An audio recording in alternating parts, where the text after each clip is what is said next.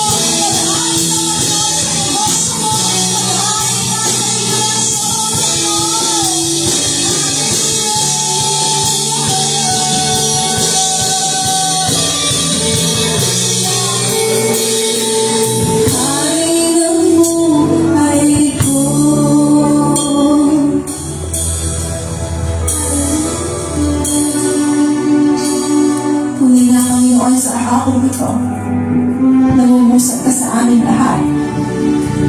At ang hinihubot sa aming mga puso, na malaya namin ibalik ang pinaka-best na salamat namin sa kapilihan mo. Sa ngayon, hapon ka pa ipaliwa natin sa amin sa Panginoon. Susunod ang kapurihan, kalwalhatian ngayon at magpakailanman. Jesus, sa'yo ang karangalan, kapangyarihan ngayon at magpakailanman. Jesus, sa'yo ang kapurihan, kalwalhatian ngayon at magpakailanman. Sa'yo ang karangalan, kapangyarihan ngayon at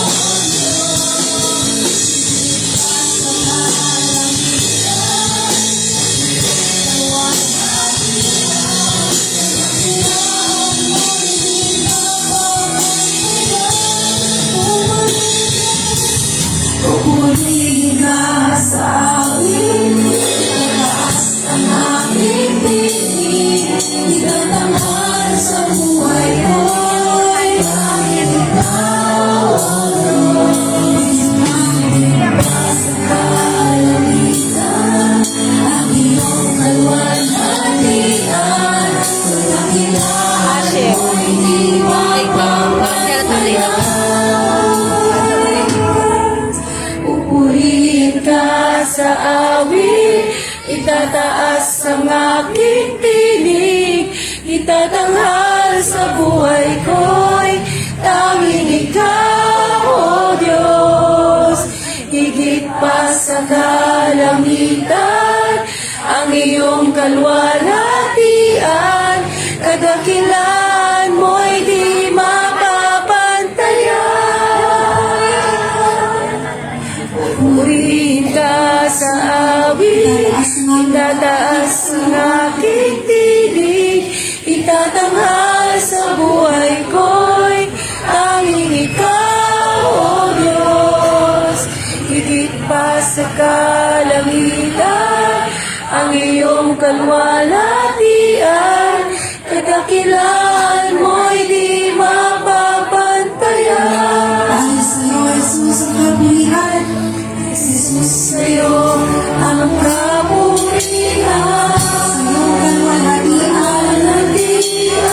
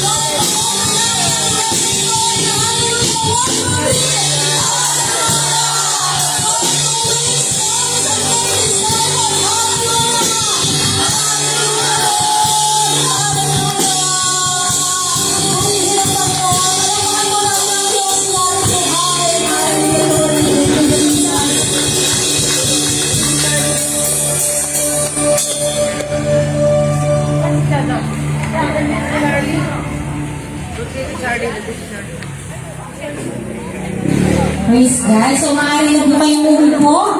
Ayan. Ang lahat po ba ay na-bless? Amen. More pa po ba? Ay, marang konti na lang may gusto. Pakibati niyo nga po yung katabi niyo ng happy anniversary. Parang buhay na buhay na po. Tulog na po ba? Nahele po ba kayo nung kantahan natin? Hindi naman. So, okay lang kung nahele tayo sa presensya ng Panginoon. Pwede ba minsan pa palakpakan natin ang Diyos na buhay? Praise God. So, as we continue po sa ating celebration, makakarinig po tayo ng short testimony as we going back to the vision tower.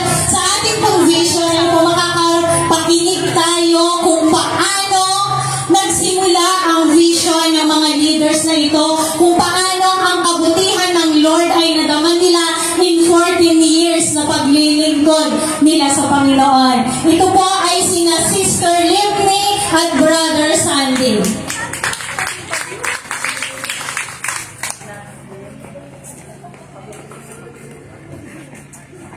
Sa mapagpalang hapon po sa buhay ng bawat isa. Minsan po palakpakan po natin ang ating Diyos. Ayan po. At ako po ay parte nga po ng isang leadership dito po sa FCA Cavite. At nagsimula din po ako bilang isang kabataan. Ngayon po ay matanda na. Young adult pa din po. Pero papalapit ng taon. Parang pa-women's na ako. Salamat po sa Panginoon. Alam niyo po, kung sinabi sa akin ni Pastora Baji na meron akong short testimony because our team is going back to the vision. At ako po ay bunga lang din po ako ng invite sa church, which is si Sister Irish. But by the grace of the Lord, nandito na po ako ngayon, continuing the vision to grow and make disciples. From visitation, ayan, kasama ko po ang dating mga kabataan from visitation. Sila Sister Irish, sila Edon, ayan, sila Chloe, nag-visitation po kami niyan dati. Umulan, umaraw, nag-visitation po kami niyan dati. At alam niyo po, no, natakot po ako noon nung sinabi ni Pastora Banji na tayo mo na lang siguro na disciple. Sabi ko, ayoko, Pastora. Pero alam niyo po, no, hindi po talaga tumigil si Pastora Banji na mag-encourage sa akin. And ngayon po, nagkaroon po ako na bigyan ako ng Lord ng isang tao lang na aalagaan talaga. Nagsimula po ako sa isa. Alam niyo po yung simpleng kabataan lang na parte ng ministry na ngayon ay nag-aalaga na at lumalakad na po sa vision. Alam niyo po, ako po ay nagpapasalamat sa Lord sa buhay ng aking discipler, which is si Nanay Kate po. Yung vision niya, na naging vision ko, ngayon ay napasa ko na sa mga disciple ko at naging vision na po nila. At salamat din po kay Pastora Vandy sa lahat ng encouragement at pagmamahal niya po sa amin. Na sa kabila po talaga, mahirap po talagang maglingkod sa Panginoon. Gamayin po natin yan. Napakahirap maglingkod sa Panginoon. Marami ka pong iiwan, pero kapag naranasan mo na yung pagmamahal ng Diyos, lalakad ka talaga sa pangako sa iyong Panginoon. Salamat din po sa buhay ni Sister Colleen, yung naging solid kanina. Alam niyo po, sa panahong talagang ayoko na, siya po din ang nag-encourage sa akin kasi isa din po ako sa part ng children ministry. At salamat po sa Lord, sa biyaya na binagkakaloob niya sa kalakasan. Tunay na kahit hindi ka karapat-dapat, patuloy kang tatawagin at tatawagin ng Panginoon. Kaya mga kapatid, sa lahat po na nandito ngayon, your labor in the Lord is not in vain. Hindi po sayang ang paglilingkod po natin sa Panginoon. Dahil nakikita po lahat ng Panginoon ang pagpapagal mo pagdating sa paglilingkod, maging sa ministry. And now po, by the grace of God, hindi po ako nanatili sa isa lang, kundi nagkaroon din po ako ng vision na dumami po ang aking mga disciples. At ngayon po, nandito po sila ngayon at part na din po sila ng ministry. At talagang ginagamit na din po sila ng Panginoon.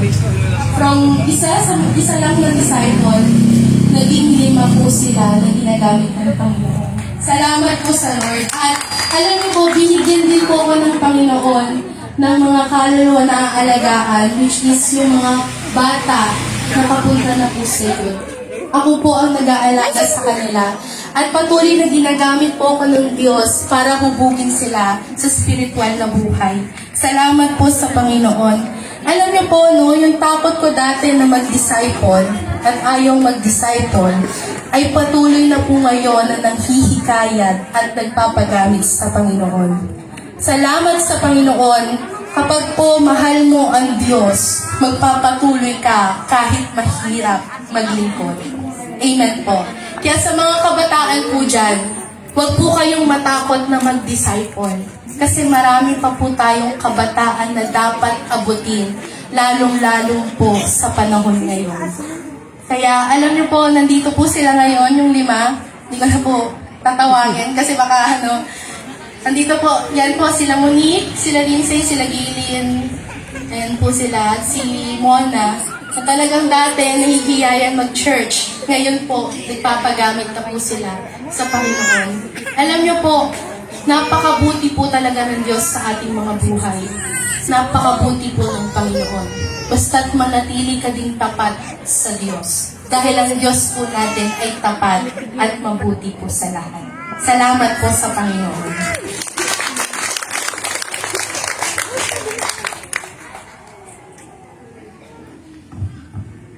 Yun po, at isang palang hapon na po pala ngayon. Yun, so ako po si Sunday, so sa mga hindi po nakakakilala, ako po isa sa leader po dito sa church po nito. So ako rin po binigyan ng pagkakataon syempre na mag-speak syempre sa ito sa anib na to ngayon. Dahil ako nga po pala is tawag dito. Nung time na sinabi ni nanay na mag-speak ako, sabi nga ni Leader Day na kinabahan ako syempre, nakakaba. Pero kahit sabi mo 5 minutes, no, nakakaba dito sa harap. Pero glory to God, no, ako is nakatayo ngayon dito sa kanya, sa unahan na ito at nagpapagamit sa Panginoon. So sa mga hindi pa nakakaalam, ako po isa sa mga tao dito dinala sa Marinduque. Nung time, kasi parang naalala ko kasi going back to the vision is talaga pinaalala lang Lord sa akin nung time na is ako dinala sa Marinduque talaga na halos almost 3.5 years. Siyempre kami kasama ko sila tatay, sila nanay. Talagang doon ko naranasan ng hirap siyempre na sa taon na yun talagang doon ko naranasan ng mga mag-visitation, sa mga pag-akit ng bundok. Isipin mo, sa isang motor, di ba? 5 kami, umaakit yung ninatatay, paakyat ng bundok. Pero masaya, syempre, maglingkod sa Panginoon na kahit mahirap, pero nakikita mo yung mga tao doon na nagdanais, syempre, na makakilala sa Panginoon. So, ako rin is bunga, syempre, ng anniversary. Talagang in-invite lang din ako ng mga leader at siyempre, alam naman natin kilala ang Cavite sa lechon. Sa lechon talaga kilala ang Cavite. Na talagang laging may lechon ang Cavite. Kaya siguro nawin ako ng lechon.